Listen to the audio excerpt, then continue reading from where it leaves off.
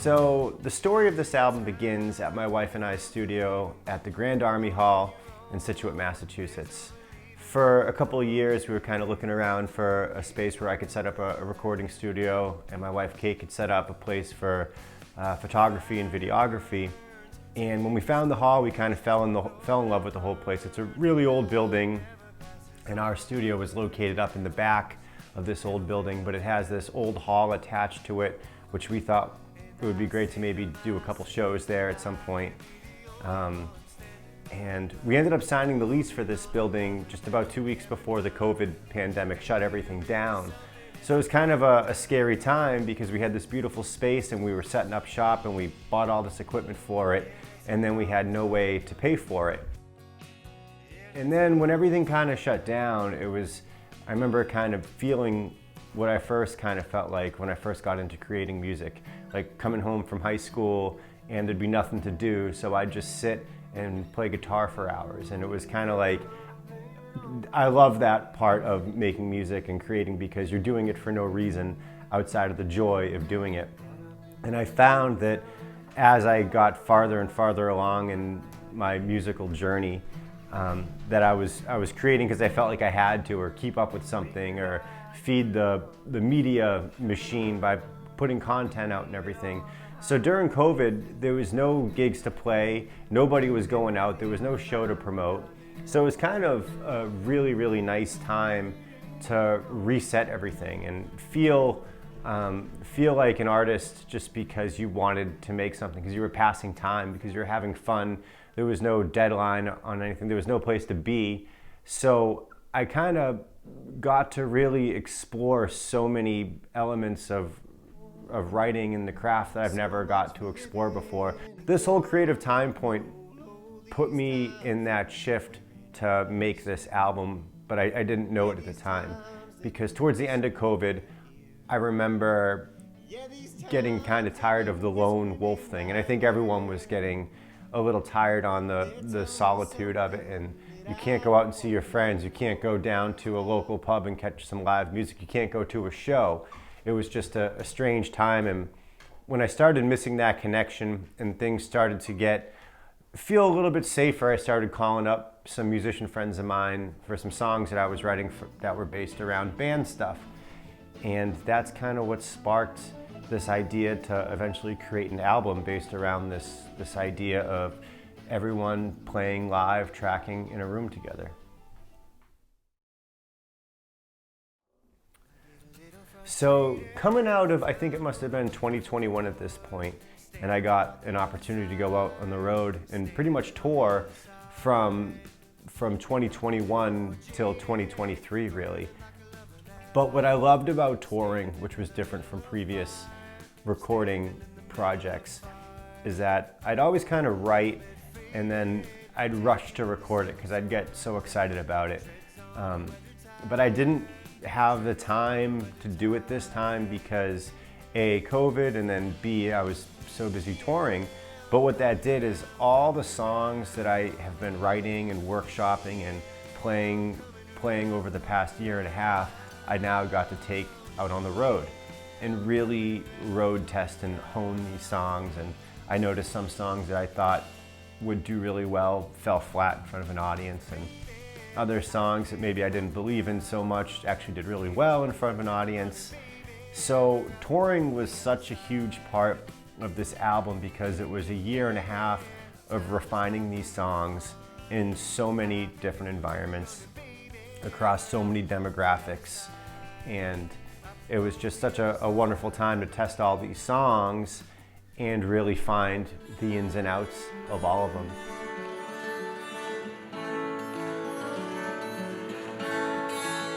Yeah, there's something wearing on my soul.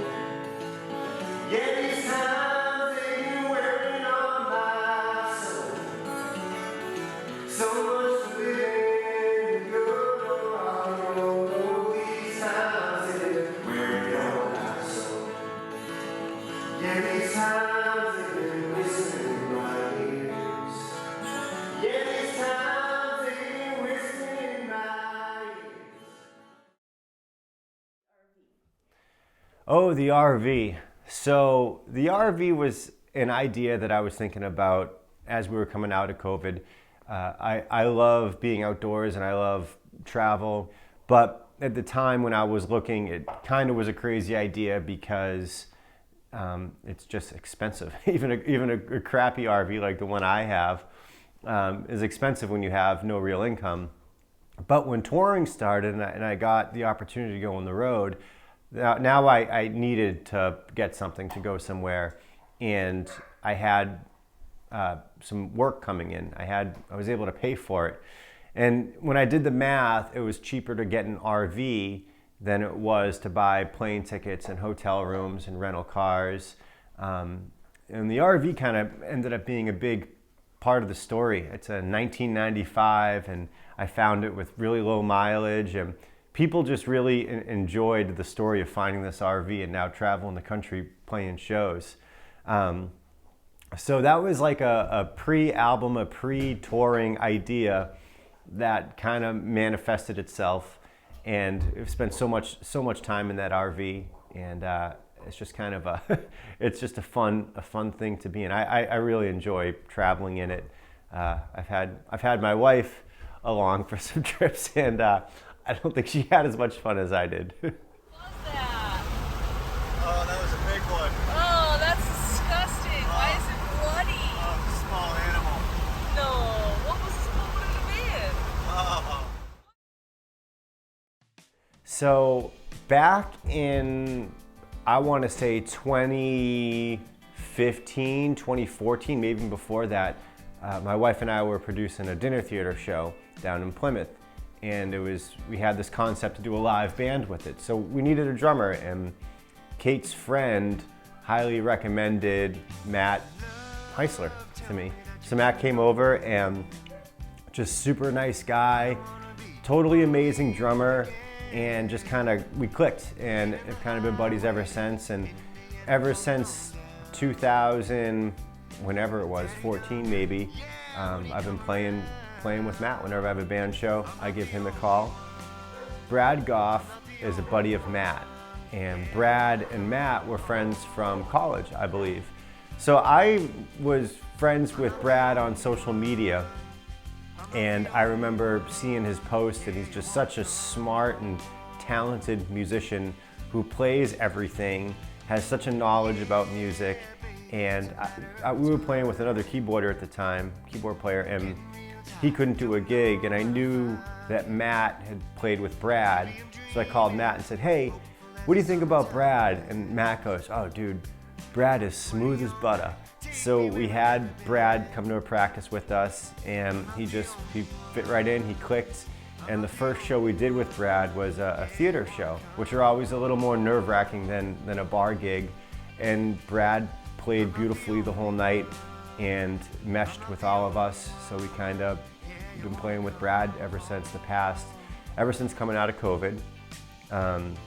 Sam Chase is a native of Scituate, so I'm a Weymouth guy, and Sam is just a few towns down the coast, another South Shore guy. And I've known Sam for well over 10 years, I think, at this point. When I was first starting out in music, Sam was doing a similar thing, releasing albums and playing gigs, and I always thought he was just such an amazing singer-songwriter, and I had admired his work.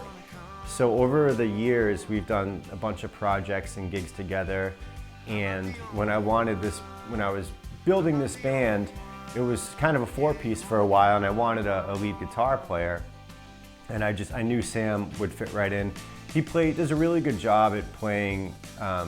He's just got like a strong emotional foundation in his playing, which adds a lot of feeling and color to stuff.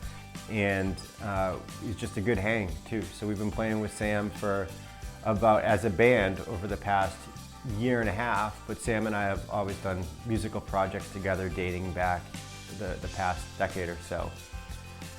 Steve Davis on bass. So Steve has played with just about everyone in the local and regional scene. And that was the same thing where I needed someone to cover on bass. And Steve came down to a rehearsal, and much like Brad, the first show that Steve did with us was a seated theater show. And I remember listening to the recordings and the video and watching the video of the show, and I don't think in the recording Steve didn't miss one note the whole night. And then I was watching the video, and most guys that step in for the first few gigs, they have a chart to read, and Steve didn't have any of that. Just a rock solid bass player, one of the nicest guys you'd ever want to meet.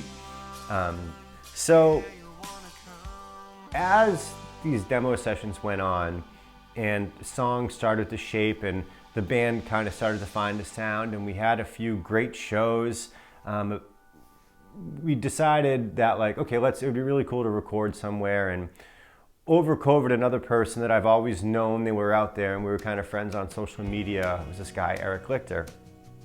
Eric runs a recording studio down in Haddam or Haddam, I can never remember the name of this town, in Connecticut, called Dirt Floor Recording. And it's this old log cabin kind of perched atop a hill. He's got great gear in there, and I've always loved the work that he puts out, whether it be his own stuff or the stuff he does for other artists. And Eric is kind of a great singer-songwriter in his own right, turned producer, who kind of took his own skills and applied it to working artists.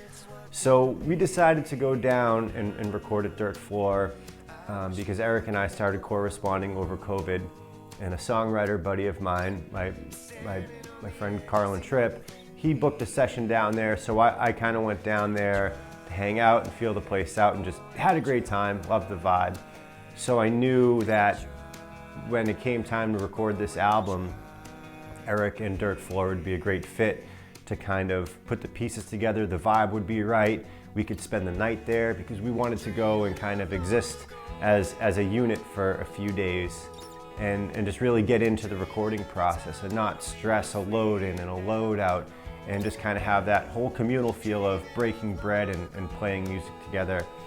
There's been a bunch of different people involved in making this album. Of course, Steve, Matt, Brad, Sam, the usual members of the band here, but we also had Jesse Williams, who's an amazing bass player. If I could, I would have Jesse and Steve on every gig, but I think it might be weird to have two bass players. Eric Lichter from Dirt Floor, who just did an amazing job facilitating us and setting a vibe for us to perform in. Guido Falavini, who's an incredible engineer. He engineered this 98% of this record. Molly Kupris, who's an incredible singer-songwriter from Massachusetts. Now she lives in Nashville, but she co-wrote one of the songs with me and has such a gorgeous, gorgeous voice. And we've always enjoyed singing and playing together, so we were lucky to have her for part of this process. Let's see, Cody Nilsson played pedal steel. Cody Nilsson's a great guitar player and multi-instrumentalist, and he did pedal steel for one song. So there's been a small group of people that have kind of made this whole record, but that was the whole concept of this whole thing. Is I wanted to do a project that felt familial and felt like it was my people and friends of mine.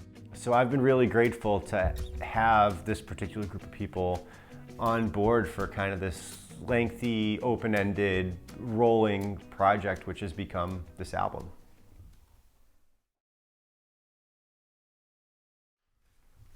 So this album is important to me because it came during a point of my musical journey where I felt like everything that I've worked really hard for kind of happened, and I feel so lucky to be able to say that. But I've done so much work as a solo artist and someone that's kind of had this lone wolf approach where I'd grab a guitar and I would gig all through New England and do bars and open mics and all sorts of different gigs for so long. And what was kind of interesting, that by the time we started making this album, I was definitely a little bored with the solo approach. And being able to make music with friends in the same room and hang out with them and have this really organic feeling was such a refreshing thing for me. And it inspired me to write songs geared specifically for a band or specifically for this group. I feel like so many great memories so far have transpired because of this. So it's really just, whenever I think about this project and look at this project, it brings a lot of good feelings, and it brings a lot of good memories, and even before its release. So recording at Dirt Floor has been such an amazing experience, and certainly an adventure in its own right. The first session that we booked down there over the course of 3 days turned out to be one of the biggest heat waves, or the biggest heat wave of the year. It must have been 100 degrees, and when you're in a recording studio with all of the gear on, it only makes it hotter. And of course, you can't really run air conditioning or AC units because it's loud and the microphones pick it up. And so I had the idea, well, I'll bring the RV down, but the RV, the power had issues, so I couldn't sleep in the RV with the air conditioning on. So it was 5 dudes and our friend Lindsay, who did a lot of the videos that you're gonna see in this thing here, that went down and spent a few nights down here, and it was so hot. It was just guys sleeping on the floor because we didn't have the RV anymore, so there was no place to sleep in there. There's a couple bedrooms at Dirt Floor, and you'd be middle of a session and the heat was just too much on the equipment, so we'd have to shut it down for a little while. But it made it really special. It was something that we're always gonna remember, and Eric and G down at Dirt Floor and all the guys just have such a positive attitude. Everyone just rolled with everything. And this was an environment with the wrong people, it could have gotten real nasty, and everyone could have been real grumpy the whole time. But everyone had such a good and positive attitude, and we loved the music that was coming out. And we just had a spectacular time down there. And then over the course from that first big session, I've been going back a bunch of different times to do a couple little overdub stuff and work on the mixes, and a couple times we flew a couple different tracks in from other studios or my studio up in Scituate to kind of add to these songs. But we didn't want to stray far from the idea that these are live recordings. Then we booked another big session that was either in, I believe, late fall, early winter, and we went down and spent another couple days there collectively as a group, and this time we were able to have Steve with us. And that was a similar type of thing, minus the heat. Everyone just having a wonderful time together, playing music, breaking bread, hanging out. It just, for us going down there, even though it's a few hours away, it's well worth the trip for us. Everything just flowed, and we like the sonic characteristics that come out of this place. So recording at Dirt Floor has just been a joy, and it's been a big part of this record because, you know, obviously Eric and G, who have injected the sound of their space into what we're doing. But what's kind of interesting is Eric, who's such a great producer, there's one song on this album that he did all of the background tracks for, because I felt this is one of the reasons, or one of the big reasons why people hire Eric, and we didn't get to use him in that regard. So I felt like I was cheating myself if I didn't give Eric the complete creative control on a song called These Times. So again, just really fun time recording down in Connecticut with these guys, and the band's been having fun, and it's been a wonderful, wonderful journey.